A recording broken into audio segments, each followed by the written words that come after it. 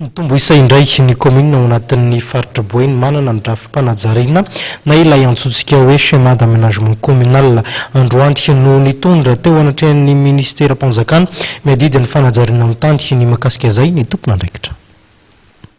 Commune telo Ambolomody, Katsepy ary Anjinji samy ao anatin'ny faritra Boeny na vita drafi-panajariana.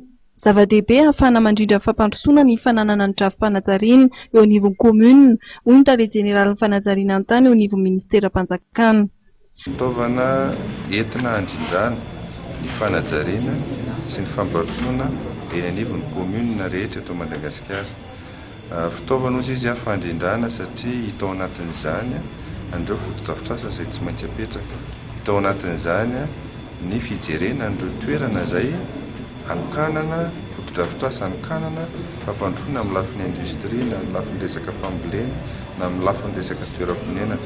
Fitaovana anankiray ihany koa izy io izay apetraka mba hisiny ny fifanampiana fampandrosoana commune satria tsy ny commune irery ihany no natao fampandrosony anivon'ny commune fa mety misy ny intervention izay azony ataon'ny région, mety misy ny intervention izay azony ataon'ny ativon'ny gouvernement.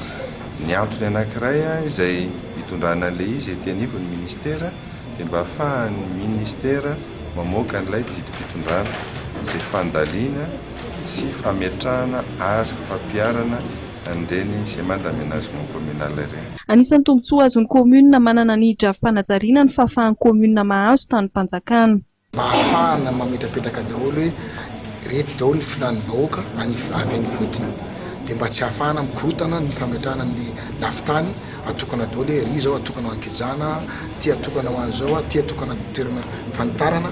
Zavatra izay zany tena tsapany commune ary io dia fitaovana anankiray ahafahana misintona ireo mpanambola mampiroborobo ny commune mba ahafahana zany tsy manao anjaba intsony zany izay olona mpitondra tonga fidim-vahoaka eo fa mamaly ny hita tamin'ny vahoaka avy any fotsiny. Anisan'ny fitaovana ihany koa ahafahan'ny commune mamany olany ady-tany ny fananana ny drafi-panajariana. Ny tombontsoa zao ohatra zay zao mametraka ny eo amin'ny faritra hoe mametraka dedikasa hoe pépinière communale. Raha tsika malala amin'ilay fahasimbany tontolo iainana dia raha fa ametraka an'izay ianao tsy maintsy fantatra hoe aiza ny tany azo ambolena hazo dia tsy maintsy arindra araka izay zany le izy. Dia ohatran'izay koa efa ireo commune fito ireo efa nahavita ny OPCI izay tambaran'ireo commune ireo izay takiny fepetra takiny mpamatsy vola ihany koa mba ahafahana mametraka foto-drafitrasa lehibehibe zany. Dia ny GIZ, ny IRCOD zao any aminay dia efa vonona hiara-iasa amin'ireo commune ireo satria efa mipetrapetraka ny azy ny lamina rehetra. Commune 10 amin'ireo commune 13 ao anatin'ny faritra Boeny amin'izao fotoana izao no manana drafi-panajariana ary nisy vokatra azo tsapahin-tanana ho an'ny commune 7 efa nanana drafi-panajariana mialoha.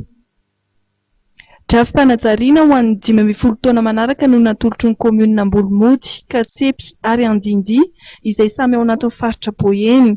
Drafitra izay andrasana ny fankatoavana avy amin'ny ministeran'ny mpanjakana ary andrasana didim-pitondrana mialohan'ny ampiarana azy.